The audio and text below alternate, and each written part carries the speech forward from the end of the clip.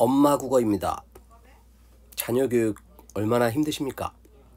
33년 동안 국어 교육 하나만 파고 있는 박상준이 여러 내용을 통해 가지고 여러분 엄마들의 걱정을 덜어드리겠습니다.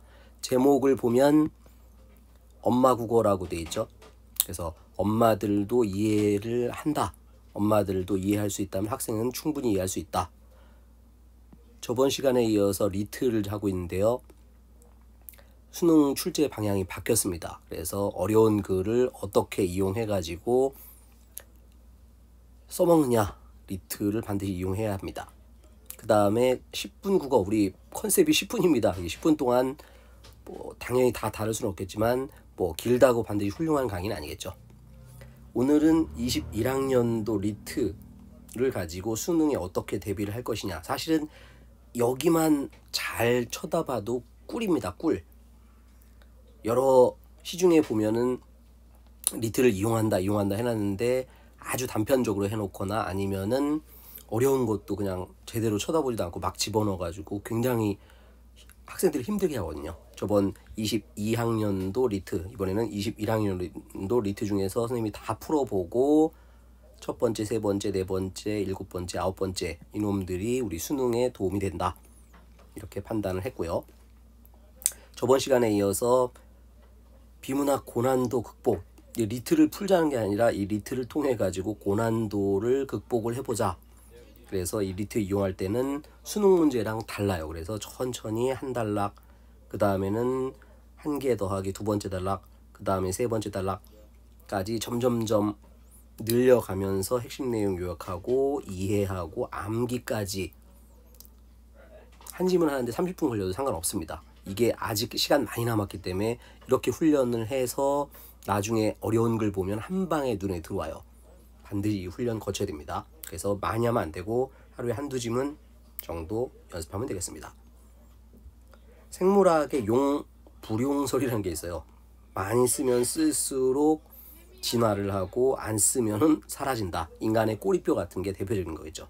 그래서 우리 머리도 자꾸 써야지, 이거 그냥 지문에서 찾아내기 연습하거나 그냥 답 외우거나 이러면 안 돼요. 하루 한 지문 정도를 암기하면 반드시 국어의 고수가 될 수 있다. 시간 없으니까 바로 넘어가겠습니다. 오늘은 우리 수능 국어에서도 자주 나오는 과학 지문, 그 중에서도 생물이 제일 많이 나오는데요. 그 생물 지문 내용을 가지고 어떻게 한 단락씩 하는지 보겠습니다. 바로 갈게요. 25번에서 27번까지입니다. 첫째 단락 굉장히 짧죠. 수능에서는 이 첫째 단락이 상당히 중요해요. 예. 리트 지문 보면 첫째 단락이 좀 무의미한 것들도 가끔 있는데 얘는 수능에 가깝다라는 얘기는 첫째 단락에서 암세포의 대사 과정은 해서 암세포의 대사 과정에 대해서 얘기할 거고, 거기에서 해당 작용을 에너지 획득 기전으로 수행하고 산화적 인산화는 암세포라는 게 있는데 해당 작용을 주로 하고 인산을 억제하더라. 자, 이렇게 쓰는 것도 굉장히 중요합니다. 이거를 실전에서 쓰라는 게 아니라 연습할 때 자기 말로 요약해 갖고 간단하게 핵심적인 내용을 적어낼 수 있으면 그러면 이제 국어 공부는 거의 절반 이상 끝났다고 보면 돼요. 이걸 이제 확장하겠죠. 둘째 단락 갑니다. 세포는 영양분으로 섭취한 큰 분자를 쪼개는 과정을 통해서 ATP를 생성하는데 이 과정을 이화작용. 자, 위에도 나왔지만 이렇게 따옴표를 괜히 치는 게 아니라 얘들아, 이 따옴표가 핵심 뭐야? 이거를 잘 머릿속에 정리하고 이해하며 문제를 풀 수 있어 라고 얘기를 해주는 거죠. 대부분은 우리가 흔히 이항대립이라고 하는데 짝을 줘요. 그래서 이화작용, 동화작용. 근데 이 글에서는 해당 작용, 이놈을 가지고 주로 얘기를 하는 거니까 이 이화작용하고 연결이 되겠죠. 그래서 ATP에서 ATP와 같은 고에너지 분자의 에너지를 이용해서 작은 분자로부터 거대 분자를 합성하는 것을 동화작용, 쪼개는 과정을 이화작용. 밑에 보니까 설명이 간단하게 산수가 또 있습니다. 이런 애들을 잘 정리해야 돼요. 이렇게 간단하게 숫자를 준다는 얘기는 반드시 답에서 묻겠다. 이건 수능도 마찬가지고 리트도 마찬가지예요. 그래서 간단하게 정리를 좀 해보면, 자, 정상세포에서는 어떻게 한다? 해당 작용을 통해서 이 ATP를 만들어내고, 산화작용을 통해서는 36개 또는 34개의 ATP를 만들어낸다. 그런데 암세포는 뭐다? 이거를 훨씬 더 많이 한다. 이게 이제 이 글의 핵심 내용이 되는 거죠. 자, 그 다음 셋째 단락 갑시다. 자, 해당하고 산화적 인산화는, 선생님 지금 산화적 인산화라고 되어 있는데 여기 써 있는 거는 인산이라고 써놨죠. 굳이 우리가 이 글을 읽으면서 뭐 생물학자가 될 필요는 없겠죠. 그래서 간단하게 자기가 이해할 수 있는 정도로만 정리를 한다. 이렇게 생각을 하면 되겠습니다. 일단 시간 없으니까 셋째 단락까지만 어떻게 정리하는지를 좀 보여줄게요. 자, 셋째 단락 보면은, 자, 둘째 줄, 요거 조건도 다르고, 해당 작용에는 산소가 필요하지 않지만 산화적 인산화에는 필수적이다. 산소가 부족하면 인산화가 안 일어나고 해당 작용만 진행되고, 아까 암세포는 해당 작용이 중요하다 그랬지. 해당 작용은 산소가 부족할 때 해당 작용이 진행이 되는 것이고, 얘는 젖산 발효하고 연결이 되는군. 자, 여기 보면은 아까 위에서도 과정이라고 나와 있고, 그 다음에 둘째 단락에서도 또 과정이라고 나와 있고, 그 다음에 여기 셋째 단락에도 보면은 또 역시 과정이라고 나와 있고. 그래서 우리 국어 영역에서는 과정이라는 게 굉장히 중요한 내용이구나.